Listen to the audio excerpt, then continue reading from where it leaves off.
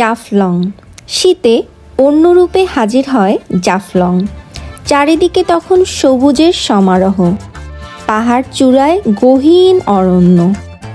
ফলে শীত এবং বর্ষা সব সময়ে বেড়ানোর জন্য উপযুক্ত স্থান হতে পারে জাফলং। কাশ্মীরি ভাইব পাবো আমি আসলে বুঝতে পারিনি। এই পাহাড়টা দেখছেন, পাহাড়টা এত সুন্দর, মাশাআল্লাহ মাশাআল্লাহ। নদীর লাচু মাছ না, এই যে বললাম হাঁসের গোস্ত, যে এখন খাওয়াই রেজা লাগুন আর গরু গোস্ত পাবেন। চ্যানেলটা একবার সাবস্ক্রাইব করে দিবেন সবাই, ইনশাআল্লাহ আমাদের দোকানেও আসতে পারবেন, খাওয়া দাওয়া করে মজা করে জাফলংয়ে ঘুরে যেতে। আসসালামু আলাইকুম, সবাই কেমন আছেন? আশা করছি ভালো আছেন। আপনাদের সবাইকে স্বাগতম জানাচ্ছি জাফলং থেকে। তো এখন আমরা জাফলংয়ের 0 পয়েন্টে আছি। সবাই আমাদের সাথেই থাকুন, আর যারা আমাদের চ্যানেলটি এখনো সাবস্ক্রাইব করেননি তারা অবশ্যই আমাদের চ্যানেলটি সাবস্ক্রাইব করে দেবেন। এখন আমরা সকালে নাস্তা করব, আর দেখুন আপনারা নিজ চোখে যে জাফলংয়ে এত সুন্দর একটা আসলে ওয়েদার পাবো আমরা ভাবিনি। এটা হচ্ছে বাংলাদেশের কাশ্মীর। জাফলং যাওয়ার জন্য আমাদের যে রিসোর্টটি ছিল, জয়ন্তা হিল রিসোর্ট থেকে আমরা বেরিয়ে পড়েছিলাম। এখন আমরা জাফলং 0 পয়েন্টে যাচ্ছি। এত সুন্দর দৃশ্য দেখতে দেখতে আমরা জাফলং যাচ্ছিলাম। আর আমাদের রিসোর্ট থেকে কিন্তু জাফলংয়ের দূরত্ব খুবই কম, মাত্র 5-6 মিনিটেই আমরা জাফলং পৌঁছে গিয়েছিলাম। আর আমাদের ভাড়া নিয়েছিল 150 টাকা। তবে আপনি যদি দামাদামি করেন তাহলে 100 টাকাতেও কিন্তু আপনি জাফলং চলে আসতে পারবেন। তো এরই মধ্যে আমরা চলে আসলাম জাফলংয়ে, আর এত সুন্দর একটা ভিউ দেখে জাস্ট আমরা অবাক, মানে সুবহানাল্লাহ। আসলে এত সুন্দর একটা ওয়েদার ছিল, মানে শীতকালে যে এত সুন্দর রোদ থাকবে আমরা ভাবতেও পারিনি। আর এই যে জাফলং যাওয়ার পথে এরকম খুব সুন্দর সুন্দর কিছু দোকান আপনারা দেখতে পাবেন, যেখানে অনেক কিছু পাওয়া যায়, যেন একটা মেলা মেলা একটা পরিবেশ তৈরি হয়েছিল।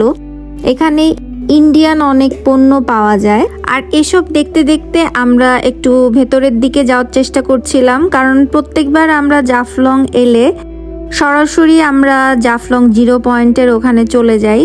তবে এখন আমাদের মেইন উদ্দেশ্য হচ্ছে আমরা যে ডাউকি শহরটা সেটা দেখতে এসছি মূলত। আর আমরা আমাদের পরের এপিসোডে আপনাদেরকে দেখাবো যে জাফলং 0 পয়েন্টে আমরা কিভাবে গেলাম এবং কি করলাম। এই যে এখন এই যে বেঞ্চে বসে খুব সুন্দরভাবে ডাউকি শহর দেখা যায়। এটা কিন্তু অনেকেই বাংলাদেশ মনে করে ভুল করেন। এটা কিন্তু আসলে বাংলাদেশ নয়, এটা ইন্ডিয়ার মেঘালয় রাজ্যের ডাউকি শহর। আর এখন আমরা সকালে নাস্তা করতে এসেছি। এদিকে আছে আপনার লাচু মাছ, নদীর লাচু মাছ, এদিকে ডিম বুনা, এই যে এদিকে আসেন, এদিকে আসলে আপনার ব্রয়লার মুরগি পাবেন। এই যে ব্রয়লার মুরগি, এদিকে আসলে আপনার হাঁসের গোস্ত, যে এখন খাওয়াইছি আর কি শেষ পর্যায়ে। এদিকে আপনার গরুর গোস্ত, রেজা লাগুন আর গরু গোস্ত পাবেন। গরুটা এত সুন্দর লাগতেছে। গরু কত করে ভাই?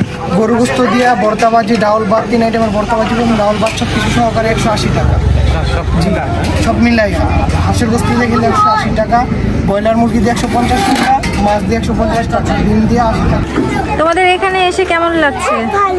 খুবই ভালো, খুবই ভালো। এত চমৎকার বলে বলতে পারবো না। আসলে বাংলাদেশে যে এরকম একটা কাশ্মীরি ভাইব পাবো আমি আসলে বুঝতে পারিনি। এই পাহাড়টা দেখছেন, পাহাড়টা এত সুন্দর, মাশাআল্লাহ মাশাআল্লাহ। ভিউ দেখতে দেখতে এখন আমরা সকালের খাবার খাবো। ভাবা যায় যে এত সুন্দর একটা ভিউয়ে এখন আমরা সকালের খাবার খেয়ে নিব। আমরা এখানে 2টা প্যাকেজ নিয়েছিলাম। আমাদের প্যাকেজে ছিল হচ্ছে 2 প্লেট ভাত, আর এই যে করলা ভাজি আর কিছু এই যে ভর্তা টাইপ আইটেম বা একটু ঘাটির মতো দেখা যাচ্ছে, সাথে হচ্ছে গরুর মাংস। এগুলোর এক একটা প্যাকেজের দাম ছিল 180 টাকা করে।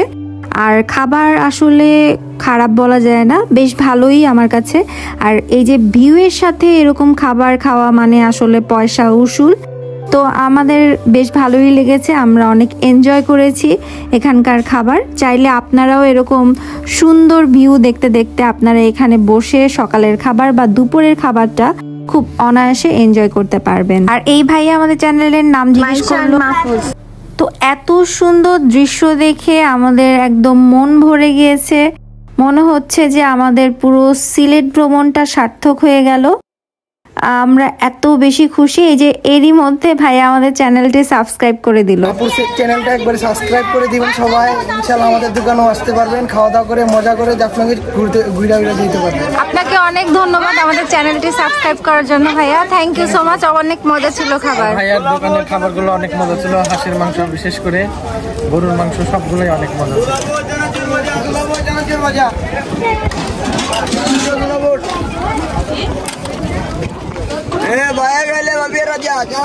প্রকৃতি কন্যা হিসাবে সারা দেশে এক নামে পরিচিত সিলেটের জাফলং। পিয়াইন নদীর তীরে স্তরে স্তরে বিছানো পাথরের স্তূপ জাফলংকে করেছে আকর্ষণীয়। সীমান্তের ওপারে ইন্ডিয়ান পাহাড়, টিলা, ডাউকি পাহাড় থেকে অবিরাম ধারায় প্রবাহমান জলপ্রপাত, ঝুলন্ত ডাউকি ব্রিজ, পিয়াইন নদীর স্বচ্ছ হিমেল পানি, উঁচু পাহাড়ের গহীন অরণ্য ও শুনশান নীরবতার কারণে এলাকাটি পর্যটকদের দারুণভাবে আকর্ষণ করে।